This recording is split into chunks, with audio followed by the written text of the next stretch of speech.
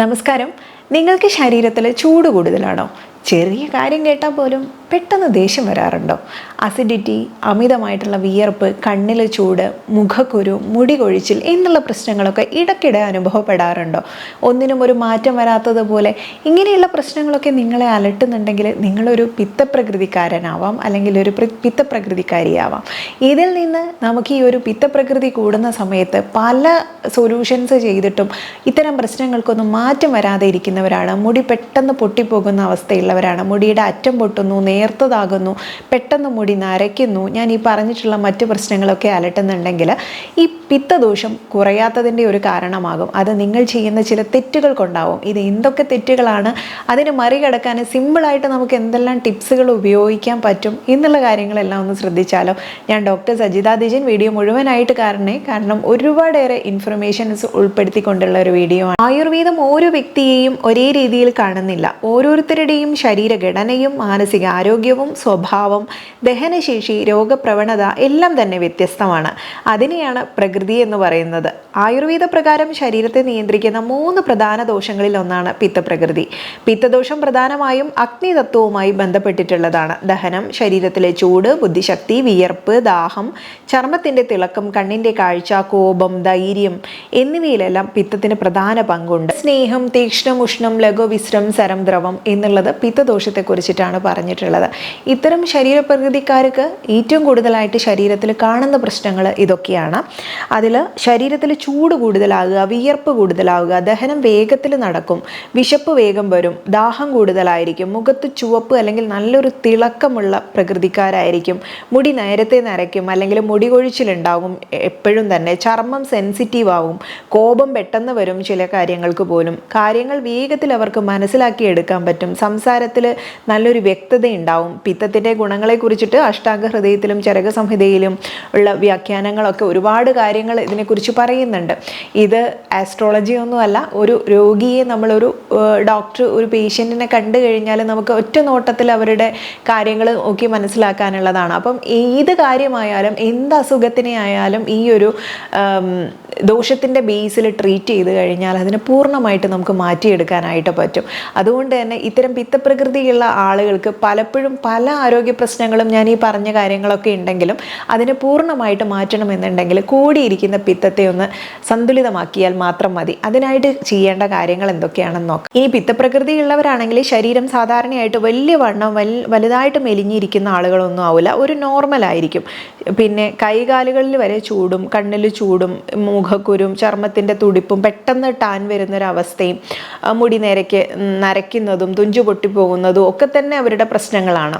ഇത് സാധാരണ ഇത്തരക്കാർ വളരെ ബുദ്ധിശക്തിയുള്ളവരും തീരുമാനം എടുക്കാനൊക്കെ നല്ല കഴിവുള്ളവരും ഒരു ലീഡർഷിപ്പ് സ്വഭാവമുള്ളവരും ഒക്കെ തന്നെയായിരിക്കും. പിന്നെ അതുപോലെ പെട്ടെന്നുണ്ടാവുന്ന ഒരു കോപവും, അസഹിഷ്ണുത, അമിത വിമർശന സ്വഭാവം, പെർഫെക്ഷൻ തേടുന്ന ഒരു മനോഭാവം ഇവയും കൂടെ ഉണ്ടാവേ.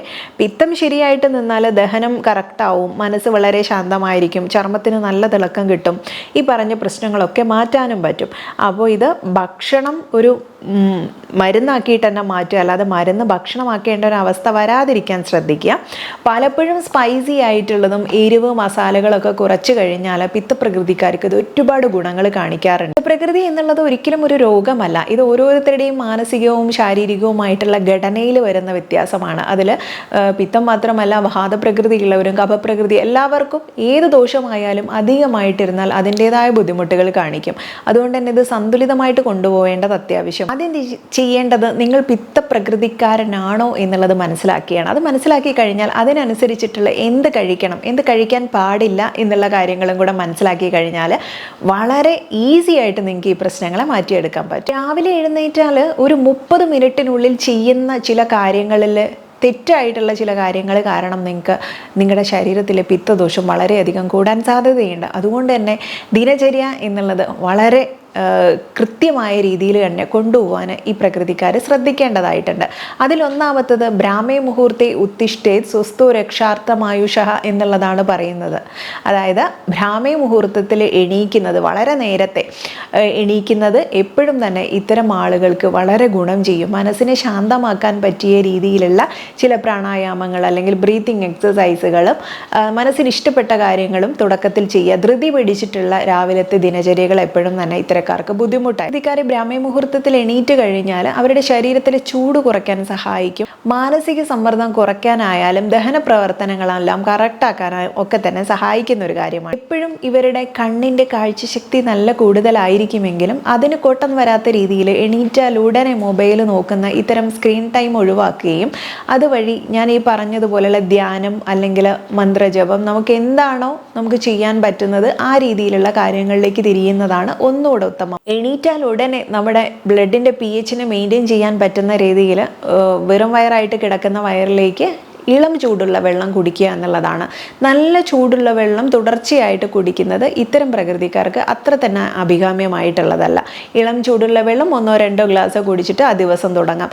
പലരും ഇതിൽ ഇത്തരം പ്രകൃതിയിലുള്ളവരാണെങ്കിൽ നിങ്ങൾക്ക് നാരങ്ങ നീര് ചേർത്തിട്ടുള്ള പല പാനീയങ്ങളും ഉപയോഗിക്കാറുണ്ട്. അതൊരു അധികമായി കഴിഞ്ഞാൽ ഇവർക്ക് അസിഡിറ്റി ഒന്നും വിട്ടുമാറാതെ അത് പിന്നീട് അൾസർ ആവാനൊക്കെയുള്ള സാധ്യതയും കൂടുതലാണ്. കയ്പ്, കഷായം, കടുരസം പോലുള്ള കാര്യങ്ങളൊക്കെ ചേർന്നിട്ടുള്ള പേസ്റ്റോ മറ്റ് ദന്തധാവന ചൂർണങ്ങളോ ഈ ഒരു പല്ല് തേപ്പിന് ഉപയോഗിക്കുന്നത് കൂടുതൽ അഭികാമ്യമായിട്ടുള്ളതാണ്. അതുപോലെ ഗണ്ടൂഷം, കവല എന്നുള്ള കാര്യങ്ങൾ അതിൽ വെളിച്ചെണ്ണ ആയിരിക്കും ഒന്നുകൂടെ നല്ലതായിട്ടുള്ളത്. അരിമേധാതി തൈലം പോലെ എന്തെങ്കിലും മോണരോഗങ്ങളൊക്കെ ഉണ്ടെങ്കിൽ അങ്ങനെ ഉപയോഗിക്കാം. അല്പനേരം കവിൾ കൊണ്ട് പിന്നീട് തുപ്പിക്കളയുന്ന രീതിയെക്കുറിച്ച് മുൻപ് പറഞ്ഞിട്ടുണ്ടായിരുന്നു. അതും ശീലമാക്കുന്നത് വളരെ നല്ലതാണ്. ആഴ്ചയിൽ ഏതാനും ദിവസം തന്നെ ഇവർക്ക് അഭ്യംഗം അല്ലെങ്കിൽ എണ്ണ തേച്ചുകുളി വളരെ ഗുണകരമായിട്ടുള്ളതാണ്. ശരീരത്തിൽ അമിതമായിട്ട് ചൂട് കൂടുന്നു എന്നുള്ള ഒരു കാര്യം കൊണ്ട് തന്നെ തല കുളിക്കാത്ത ദിവസങ്ങളിൽ ദേഹത്ത് കൂടുതൽ എണ്ണ തേച്ച് കഴിഞ്ഞാൽ ആ ചൂട് തലയ്ക്കും കൂടെ പിടിക്കുന്നു എന്നുള്ളത് കൊണ്ടും അവർക്ക് മുടി കൊഴിച്ചിലൊക്കെ കൂടാനുള്ള സാധ്യതയുള്ളത് കൊണ്ട് തലയിൽ നല്ല തണുപ്പ് കിട്ടുന്ന രീതിയിലുള്ള എണ്ണകൾ ഉപയോഗിക്കുന്നത് നല്ലതാണ് കുളിക്കുന്ന സമയത്ത്. അതിൽ തന്നെ നമുക്ക് കുന്തളകാന്തി, നീലഭൃങ്കാതി അല്ലെങ്കിൽ കയ്യോന്നിയാതി തുടങ്ങിയിട്ടുള്ള ഒരുപാട് എണ്ണകളുണ്ടല്ലോ തണുപ്പ് നിലനിർത്തുന്ന രീതിയിലുള്ള. അത്തരം എണ്ണകൾ ഏതാണ് എന്നുള്ളത് നോക്കി നിങ്ങൾക്ക് തീരുമാനിക്കാം. ഇതിൽ തന്നെ നെല്ലിക്ക, കറ്റാർവാഴ, ചെമ്പരത്തിമുട്ട് ഇതൊക്കെ തന്നെ ചേർത്തിട്ട് തയ്യാറാക്കുന്നത് വളരെ ഗുണകരവുമാണ്. ശീതള സ്വഭാവമുള്ള തൈലങ്ങൾ ഉപയോഗിക്കാം എന്നുള്ളതാണ് എപ്പോഴും നല്ലത്. പക്ഷേ ഞാൻ പറഞ്ഞു ഓരോരുത്തർക്കും പിത്തപ്രകൃതി ആണെങ്കിൽ പോലും പലർക്കും പല രീതിയിലുള്ള ലക്ഷണങ്ങൾ കാണിക്കാം. അപ്പോൾ അതിനനുസരിച്ചിട്ടുള്ള തൈലങ്ങൾ ഉപയോഗിക്കുന്നതാണ് നല്ലത്. പല അവസ്ഥയിലും അവർക്ക് പിണ്ടതൈലം പോലുള്ളതും അല്ലെങ്കിൽ ക്ഷീരബല ഇങ്ങനെയുള്ള കാര്യങ്ങളൊക്കെ തന്നെ ഉപയോഗിക്കുന്നത് ഗുണകരമായിട്ട് കാണാറുണ്ട്. ഇത് ശരീരത്തിലെ ചൂട് കുറയ്ക്കാനും മാനസികാരോഗ്യം മെച്ചപ്പെടുത്താനും ചർമ്മാരോഗ്യം മെച്ചപ്പെടുത്താനും ദഹനം എളുപ്പത്തിലാക്കാനും നല്ല ഉറക്കത്തിനും എല്ലാം തന്നെ സഹായകരമായിട്ടുള്ള കാര്യങ്ങളാണ്. ഇനി അതുപോലെ എപ്പോഴും വ്യായാമം ചെയ്യുന്ന കാര്യത്തിൽ പലർക്കും ഒരു സംശയം വരാറുണ്ട്. ഇങ്ങനെയുള്ളവർ വ്യായാമം ചെയ്യുന്നത് നല്ലതാണ്. അത് എല്ലാ പ്രകൃതിയിലുള്ളവർക്കും വ്യായാമം അത്യാവശ്യമാണ്. പക്ഷേ എങ്കിലും അമിതമായിട്ടുള്ള വ്യായാമം ഇവർക്ക് ബുദ്ധിമുട്ട് വരുത്തും. ശരീരത്തിലെ ബോഡി ടെമ്പറേച്ചർ അമിതമാവാനും അത് പിന്നെ പലവിധ ആരോഗ്യ പ്രശ്നങ്ങൾ ഉണ്ടാക്കാനും സാധ്യതയുള്ളത് കൊണ്ട് മിതമായിട്ടുള്ള രീതിയിലുള്ള വ്യായാമമാണ് എപ്പോഴും. അതിലവർക്ക് ചെയ്യാൻ കഴിയുന്ന ചില യോഗാസനാസ് പിത്തപ്രകൃതിക്കാർക്ക് പ്രത്യേകമായിട്ട് ചെയ്യാൻ പറ്റുന്നതാണ്. ശശാങ്കാസന അല്ലെങ്കിൽ ചൈൽഡ് പോസ് എന്നുള്ളത്, വജ്രാസന, പശ്ചിമോത്താസന, ഭുജംഗാസന, ശവാസന തുടങ്ങിയിട്ടുള്ളത്. കൂടുതൽ താല്പര്യമുള്ളതിൽ എല്ലാവർക്കും ശവാസനം പോലുള്ളതായിരിക്കും. പക്ഷേ എങ്കിലും ബാക്കിയുള്ളതും കൂടെ ഒന്ന് ശീലമാക്കുന്നത് ഇത്തരം പിത്തപ്രകൃതിക്കാർക്ക് ഏറെ ഗുണകരമായിട്ട് കാണാറുണ്ട്. നിങ്ങൾ ചെയ്യുന്ന ചില എക്സസൈസിന് കൂടെ ഇതുപോലുള്ള പോസുകളും കൂടെ ഒന്ന് ശീലിക്കാൻ ശ്രമിക്കുക. ഇനി വളരെ ഇമ്പോർട്ടൻ്റ് ആയിട്ട് നമ്മുടെ ശരീരത്തിൽ വളരെയധികം നിങ്ങൾക്ക് ചൂട് കൂടുന്നു എന്ന് തോന്നുന്ന സമയത്താണെങ്കിൽ ചില ബ്രീത്തിങ് എക്സസൈസുകൾ വളരെ ഗുണകരമായിട്ട് വരാറുണ്ട്. അതിൽ പെട്ടിട്ടുള്ള 3 കാര്യങ്ങൾ ഞാനിവിടെ പറയാം. ഒന്ന് നാഡീശോധനയാണ്. രണ്ടാമത്തേത് ശീതലി പ്രാണായാമം, ശീതകാരി പ്രാണായാമം, ഇങ്ങനെയുള്ള പ്രാണായാമങ്ങൾ ചെയ്യുന്നത്. അതുപോലെ നമുക്ക് ഭ്രമരി പോലുള്ളതും അല്ലെങ്കിൽ ഭസ്ത്രിക പോലുള്ള കാര്യങ്ങളൊക്കെ ഉണ്ട്. ഇതൊക്കെ കൂടുതൽ ചെയ്ത് കഴിഞ്ഞാൽ ശരീരത്തിന് ചൂട് കൂടുന്നു എന്നുള്ള മിതമായി ചെയ്യുന്നത് കൊണ്ട് തെറ്റാണ് എന്നുള്ളതല്ല. പക്ഷേ എങ്കിലും നല്ലതാണല്ലോ എന്നോർത്ത് ഒരുപാട് സമയം ചെയ്യുന്നവർക്ക് ഈ പ്രകൃതിക്കാർക്ക് ഡെയിലി ഇത് തന്നെ ഫോളോ ചെയ്യുകയാണ് കൂടുതൽ സമയം എന്നുണ്ടെങ്കിൽ അവർക്ക് ശരീരത്തിൽ ചൂട് കൂടാൻ സാധ്യതയുണ്ട്. സംഹിതയിൽ പറയുന്നു ഹിതാഹിതം സുഖം ദുഃഖം ആയുസ്തസ്യം ഹിതാഹിതം എന്നുള്ളത്. അതായത് നമ്മുടെ ഏത് ഭക്ഷണവും ജീവിതശൈലിയും ആണ് ശരീരത്തിന് ഹിതകരം ഏതാണ് അഹിതകരം എന്ന് അറിയുന്നതാണ് ആരോഗ്യ സംരക്ഷണത്തിൻ്റെ അടിസ്ഥാനമായിട്ടുള്ള കാര്യം എന്നുള്ളത്.